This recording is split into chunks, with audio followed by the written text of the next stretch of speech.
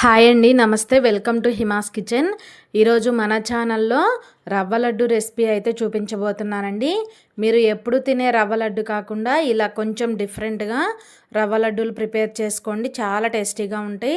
ఈ లడ్డూలు ప్రిపేర్ చేసుకోవడం కోసం ముందుగా ఒక మిక్సింగ్ బౌల్ తీసుకొని 1 కప్పు వరకు బొంబాయి రవ్వ తీసుకోవాలి. ఏ కప్పుతో బొంబాయి రవ్వ తీసుకున్నామో సేమ్ అదే కప్పుతో 1 కప్పు శనగపిండి, ఒక పావు కప్పు వరకు ఎండు కొబ్బరి పొడి కానీ లేదా తురుము కానీ వేసుకోవాలి.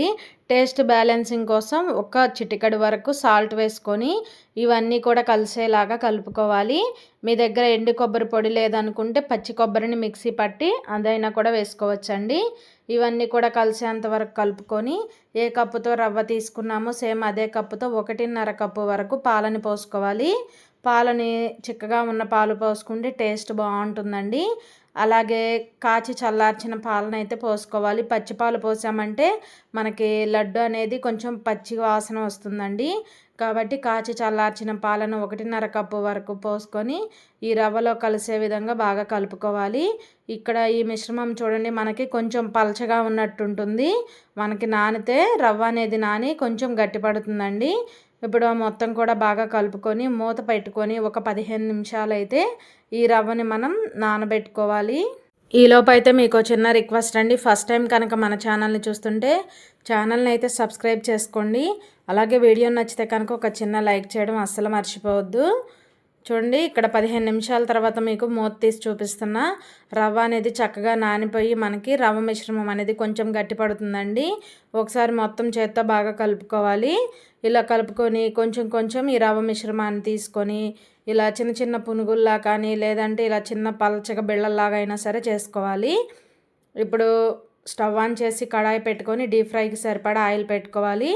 ఈ ఆయిల్ బాగా హీట్ అయిన తర్వాత మనం ఈ రవ్వ మిశ్రమాన్ని చిన్న చిన్న పునుగుల్లా కానీ లేదా ఇలా బిళ్ళల్లాగా అయినా సరే ఒక్కొక్కటిగా ఆయిల్లో వేసుకుంటూ వీటిని అయితే మంచి గోల్డెన్ బ్రౌన్ కలర్ వచ్చేంత వరకు ఫ్రై చేసుకోవాలి. ఇలా చిన్నగా వేయటం వల్ల మనకి లోపల వరకు కూడా చక్కగా ఫ్రై అవుతాయండి. ఇలా గోల్డెన్ బ్రౌన్ కలర్ రాగానే తీసి ఒక ప్లేట్లో అయితే పెట్టుకుందాము. పెద్దగా వేసారంటే మనకి ఫ్రై అవడానికి టైం ఎక్కువ పడుతుందండి.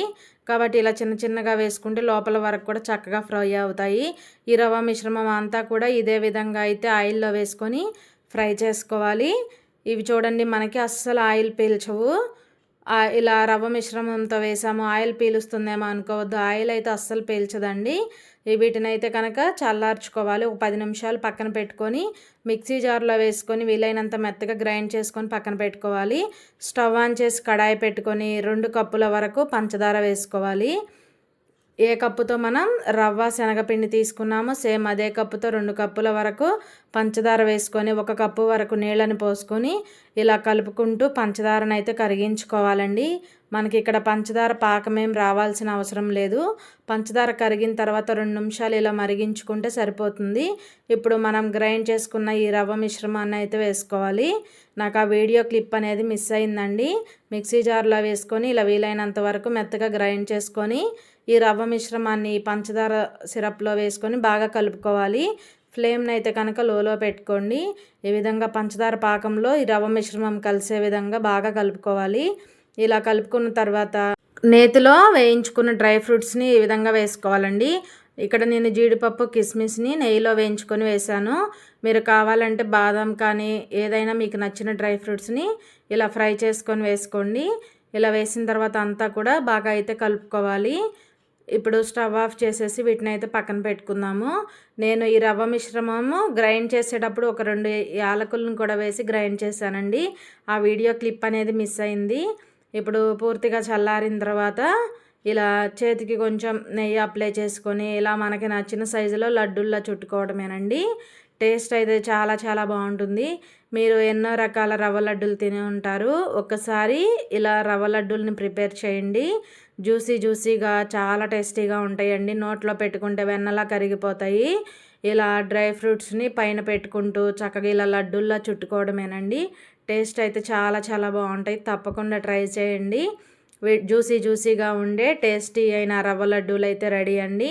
ఇలా రవ్వ లడ్డూలను ప్రిపేర్ చేసి మీ ఇంట్లో వాళ్ళకి పెట్టండి. ఈసారి ఎప్పుడు రవ్వ లడ్డూలు చేసినా ఇలాగా చేయమని అయితే అడుగుతారండి. అంత టేస్టీగా ఉంటాయి. తప్పకుండా ట్రై చేయండి. మీరు ట్రై చేసినట్లయితే ఎలా వచ్చిందో కామెంట్ సెక్షన్లో తెలియచేయండి.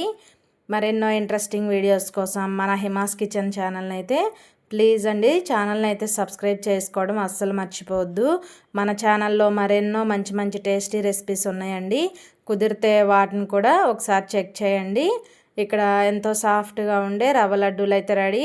తప్పకుండా ఒకసారి ఇలా రవ్వ లడ్డూలను ప్రిపేర్ చేసి మీకు ఎలా వచ్చిందో కామెంట్ సెక్షన్లో అయితే తెలియజేయండి. Thanks for watching video.